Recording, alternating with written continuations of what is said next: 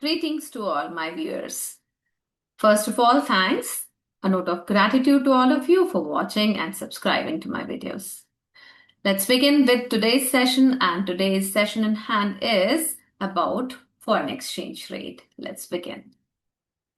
So the first thing in hand is we must understand what does the topic tell us. Foreign exchange rate. What do we mean by the term foreign exchange? All the currencies existing in this world other than your own currency becomes foreign exchange for you. For example, if for an Indian, other than rupee, whatever is the valid currency of any other world, like dollar, pound, yen, euro, whatever. So all these become foreign exchange, and the rate at which one currency is exchanged for another means if I write $1 says exchange for rupees 85. So the rate means the parity which I am giving by giving this equal to sign. So this becomes the expression of rate, that if 85 rupees are given, in exchange we get to have $1. So this is rate. So we will try to understand about how this rate is determined, what are the factors which impact the demand and supply of foreign currency, right? What do we mean by the currency? Appreciation, depreciation, evaluation, devaluation. So all these things would be taken up later in the section, right? So let's begin. So whenever we're talking about any currencies, they have given you the example Indian rupee in India, US dollar in America. So we have currencies prevailing in the countries. So when we are outside to some other nation, our domestic currency would not work there. We need to have their own currency. So the rate at which other currency is procured is called the foreign exchange rate. For example, they have given, though it looks very outdated data, it's nowhere close today also. So if we assume this way, $1 is exchanged for 70. So we can say $1 is equal to rupee 70, or we may say 1 rupee is equal to 1 by $70. So whatever way we are giving this expression, it has to have one unit. Unit means one as the numeric value on either side. Either $1 or 1 rupee is the expression. So both ways this can be expressed as the foreign exchange rate. Then we talk about the most important topic of this chapter, the currency depreciation and currency appreciation. This is the favorite of paper setters, and most often the question which is asked from this chapter somewhere touches this topic here and there. So let's understand. Currency depreciation. What do you mean by the term currency depreciation?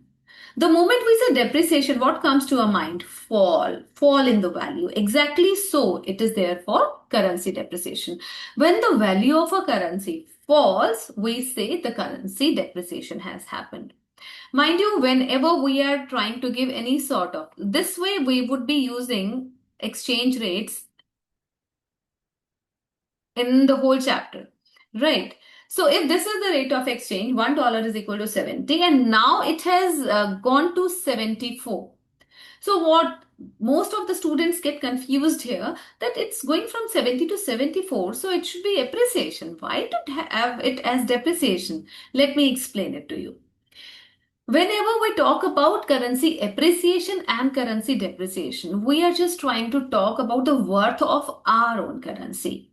Now see, earlier we used to give 70 rupees to get to $1. Now we are giving 74, means more rupees are given from your end and you get to have the same value. It means your value has gone down. Hence, in the given equations, your rupee has gone down and the currency depreciated is rupee. So when we say here the depreciation of rupee is happening, it simply means the other expression is the dollar is appreciating. Mind you, in equation, if one currency is depreciating, the other would definitely by default would be appreciating. Now, what would be its impact on exports? Again, this is a higher order question most often given to you. Now, to understand this, first and foremost thing is you must understand if we are exporting So who is importing? Who is giving us the money? The money is given by the other nation, say American. Okay, so if America is importing, then we are exporting. Okay, so if this is the scenario and this is the change that earlier he used to pay us $1 and he would get the worth of 70 rupees. Now he is giving us the same $1, but he is getting more than before. So is he happy or sad? Definitely. He's happy because he is giving us the same value, but he is getting more now. So because now he is happy, he would be repeating his imports from us. And hence, if this is the scenario that rupee has gone down from 70 to 74, our exports, his imports are our exports. Our exports would go up. And hence we say the effect of depreciation of domestic currency gives a boost to our exports. And we all know that every country gives special incentives for boosting up of exports. So, in a way, currency depreciation has got, depreciation and appreciation are two different things. But here I'm trying to say that though the currency is depreciating, but is there any positive effect of this depreciation for the country? Yes. Exports get a boost, and if exports get a boost, then the country gets to have the foreign exchange all across the world. So this is the scenario, and this is positive about the depreciation. And why is it happening? In one single liner, we'll say that exports to USA will increase as they will become relatively cheaper. So they find it cheaper to trade with us, so they repeat, and hence our exports get a boost. On a very similar but the opposite term, currency appreciation. So in this previous example, if India's rupee is depreciated, here in the same example, you can say that appreciation has happened for dollar vis-a-vis rupee, right? So if a rupee appreciates means now here they are giving the example that $1 had been at rupees 74. Now $1 has gone to 70. Now what is it? Earlier $1 was able to fetch a worth of 74. Now again the same $1 is taking little lesser. So here the depreciating currency is dollar and appreciating currency is rupee. Let me explain from perspective of rupee now that earlier we had to give more to get the worth of $1. Now we are giving less but getting the same. So which currency is appreciating here? It is Indian rupee which is appreciating and the dollar is depreciating. So if we know, we have already read here in the previous section that when we talk about the currency depreciation, so if depreciation of a currency gives boost to exports, so it would definitely be giving a fall to imports, just the opposite process. And you just take the opposite things here. The appreciation of currency would make the exports down and the imports up. And you would use the same logic as I explained a little before. Now, we do have a wonderful question asked. What do you mean by currency appreciation and depreciation, and explain their differences? Most often this is asked for 3 to 4 marks only. So meaning you are clear about it. Effect of on imports and exports, I recommend that effect on imports you give 1 pointer, effect on exports you give a separate pointer. So this becomes a question of 4 markers for you, and example also has been given from the above text only, where the rupee is sliding down from 70 to 74 here for depreciation and from 74 to 70 here for appreciation. So this way this question of differentiation between the two also is justified very well. So appreciation of domestic currency It means the rise in the price of the domestic currency. And what would it lead to? It leads to increase in the imports, because now we are, instead of if we are talking about appreciation, it means it is a change from 74 to 74 India, right? So we have to give lesser to buy $1 worth. Hence, we would be asking for more and more imports from the other country. Now, the next topic is the types of foreign exchange rates. We have fixed, flexible, and managed floating. Most often, a question comes from managed floating for your final examination. I'll talk about all these. Fixed exchange rate or pegged exchange rate system. Many a times I've seen students just cramming it. I'll try to tell you what do you mean by the term pegging and parity, which is very often confused and taken to be just the same. Right. You know, uh, Fixed exchange rate means when there is a central body which fixes the rate of exchange and it is not dependent on the market forces. Right. So it means one body is actively managing all the scenario whenever there is some up and down in the foreign exchange rate. It goes for bulk buying, bulk selling to just give the compensatory effect so that the rates are not really fluctuating much.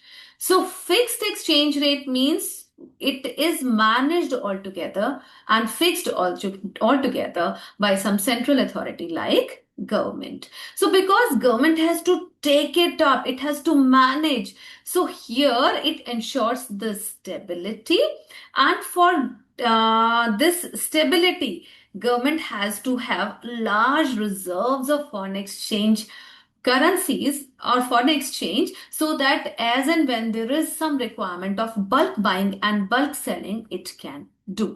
Right. So the most important, the external standards can be gold, silver, precious metal. All these things are maintained by the government. Now, here the two very important terms are pegging and parity.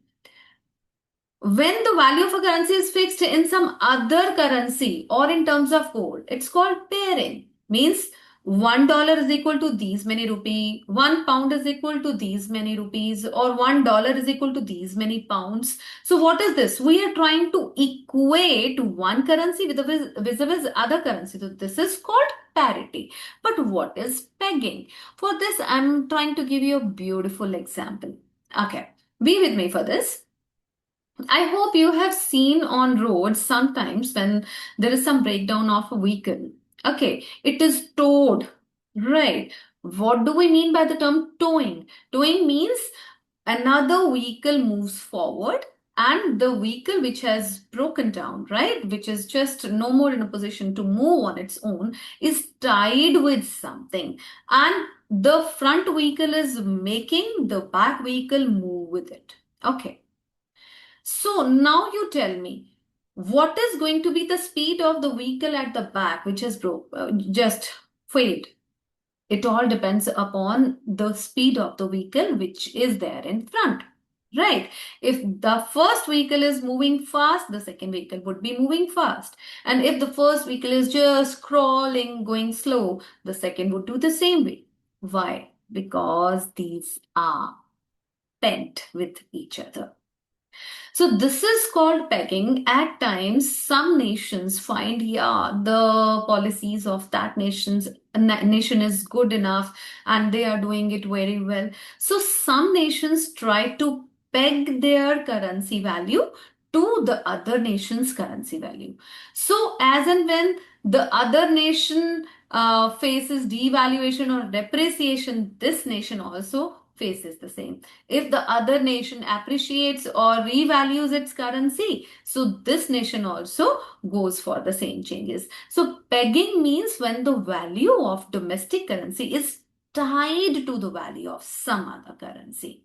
Here it is used tied. The word is tied. But here it is simply a mere expression of what is the prevailing market rate when we are trying to exchange, say, $1 with some pound. Right. Okay. So here it is just equation. Here it is tying it up. So this is the basic difference between pegging and parity.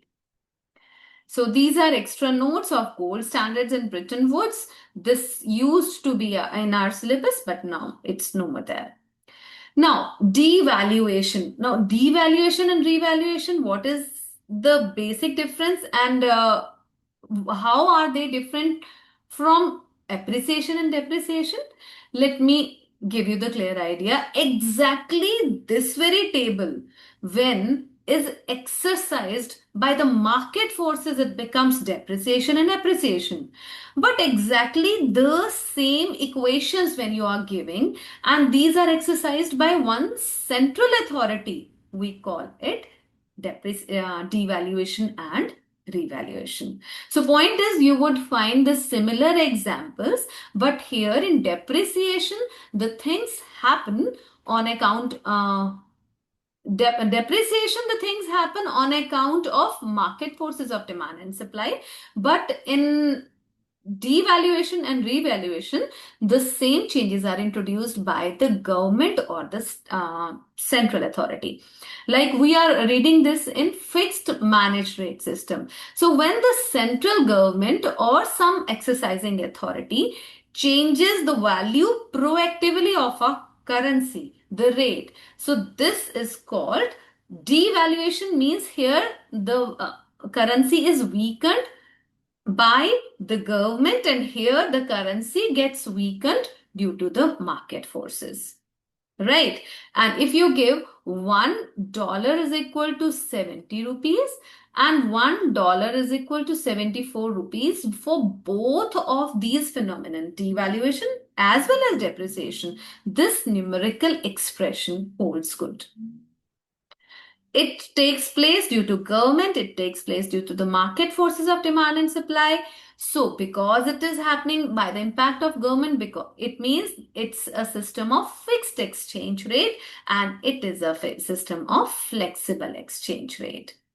Here you may give one more example, one more point of difference, that this is a very usual phenomena, recurring phenomena, because it is depending on demand and supply forces. So every day there is some or the other fluctuations. But whenever government is doing, it's not very often changing the market rate. So it's not so usual, right?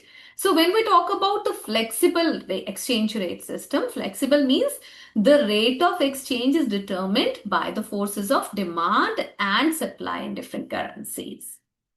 Right. So there is no official intervention of the government. The currencies are allowed to fluctuate freely according to the patterns of demand and supply in the free market.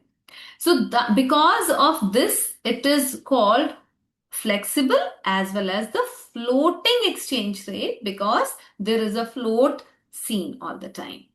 Right?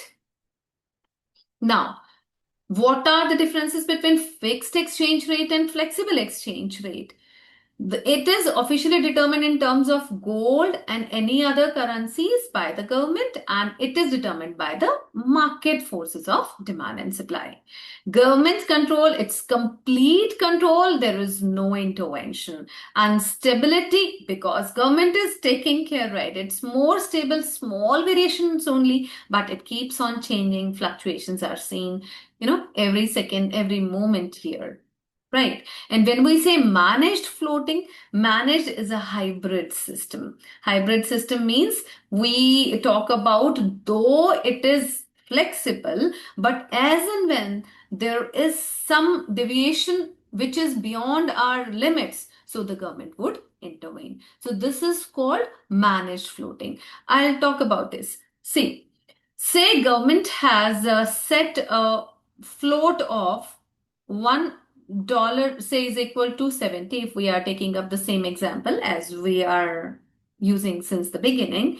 This is the prevailing exchange rate. And government says if this exchange rate is between 70 to say 70.5, we are okay with it.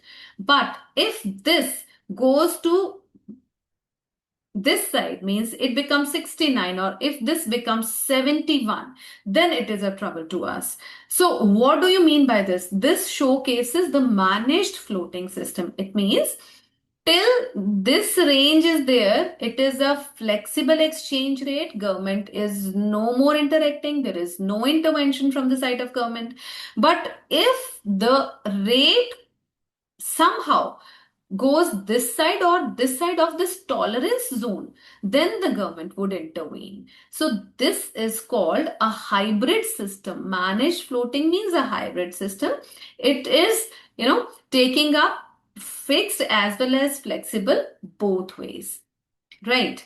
So it refers to a system in which flexible foreign exchange rate is determined by the market forces, and the central bank influences the exchange rate through the intervention in the market as and when it is required. So it is a hybrid system. And these days, most of the world economies are using this hybrid system of foreign exchange rate, right? And at times, it is called dirty floating when the government of one country tries to change its rate not for its positive but to harm the sentiments of the other country. So this becomes a dirty floating as well. So we'll continue with the next topic of demand for foreign exchange, supply for foreign exchange, and the determination of foreign exchange in the next video. Stay tuned till then. God bless. Bye bye.